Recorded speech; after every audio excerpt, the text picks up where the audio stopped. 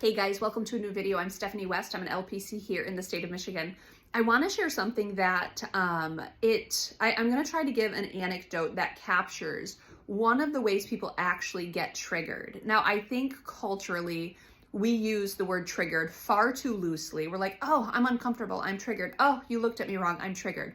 When we're talking about someone being triggered, we're talking about like a physiological response, often like a flooding of chemicals that goes on in the body that's disproportionate to what the situation's actually warranting or calling for. And so I was just with a client where she had, something over the weekend where a boss was speaking to her inappropriately, but she wasn't able to kind of address it in real time because her whole body physiologically shut down because it's something that kicked her back to a very younger version when there was verbal abuse going on.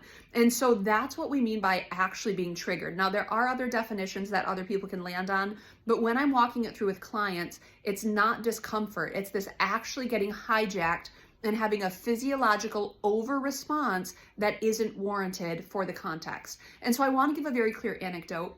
Several years ago, when I was in my marriage, and I want to be very clear at the onset, the person I'm talking about did nothing wrong. What happened was I was having kind of banter with my ex-husband, and I had said to him like, no, I changed my mind about something. I'm not going to do A, B, or C. And he said to me, I really want you to do A, B, or C. And I said, no, I've decided I don't want to. And he said, you do it or I'm going to give you the silent treatment. And he was being very quirky, very funny. He thought he was funny. But I had said, no, I don't think I want to do that. And so he stopped talking to me, and it was literally 2 or 3 minutes. But my entire body like shut down, and I started shaking, and I started like getting really, really emotional. And the cool thing was I was far enough in my clinical practice that I was able to articulate myself about what was going on before I kind of went totally offline. So I just walked up to him and I said, I need you to start talking to me right now. And not even in like a firm way. I said, like, I'm about to lose it. And if you don't start talking to me, I'm going to crumple right now. And he was like, Steph, that was a joke. What's going on? And I had just, after I had the ability to kind of let the chemicals ride out, after I had the ability to like breathe through it and calm myself down, I said to him, the silent treatment once upon a time was weaponized in my story. So if I go back into my history and someone was upset with me, they would not only give me the silent treatment, but they would actually like withhold love, withhold affection. And that was so painful. So in the moment of him giving me the silent treatment, I had regressed to like a 6 or a 7-year-old who was fearing being abandoned and fearing that they were going to kind of just be left out in the cold and love would be withheld and all of the things. Now, that wasn't appropriate for the context that I was in. I was, I think, 33 at the time. That wasn't true about what was going on in real time. But my body physiologically presented it as though it was an actual threat. So when we talk about being triggered, we're talking about something is happening subconsciously that cues us into danger signals, and it overwhelms us. Now, I wasn't in danger. We were playing around, yet my body responded disproportionately. And I actually was filled with terror that he was going to withhold love from me because I didn't do A, B, or C. And that wasn't accurate.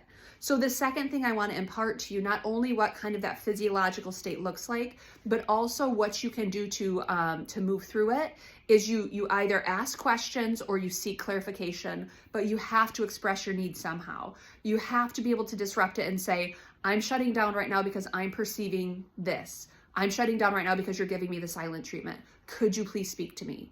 That is the very tool I needed in that moment to feel better and kind of to recalibrate and be present. Otherwise, my brain had taken me to a totally different place, and I was operating as though there was a real live threat in my life. And there wasn't a real life threat in my life. And so when we're in therapy, I will work with clients to skill build and say, okay, if that happens, what are you experiencing? What's going on? How can we articulate that? Okay, let's practice articulating that. Okay, who are we going to try to articulate that with? And we literally walk through the steps towards self-agency in situations where in the past we felt incapacitated.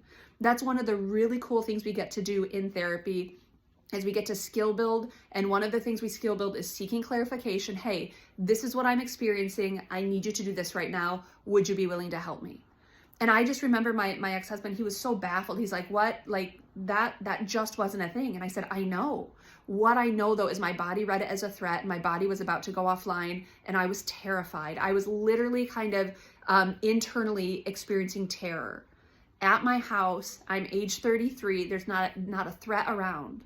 But physiologically and psychologically, I had regressed to a very immature space where I was helpless.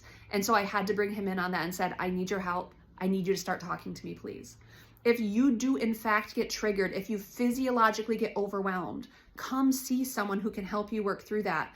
We can, bring it to our awareness. What's actually going on there? What historically has kind of influenced us to having this posture? And how do we ride it out in the most helpful way for both ourselves and for our relationships?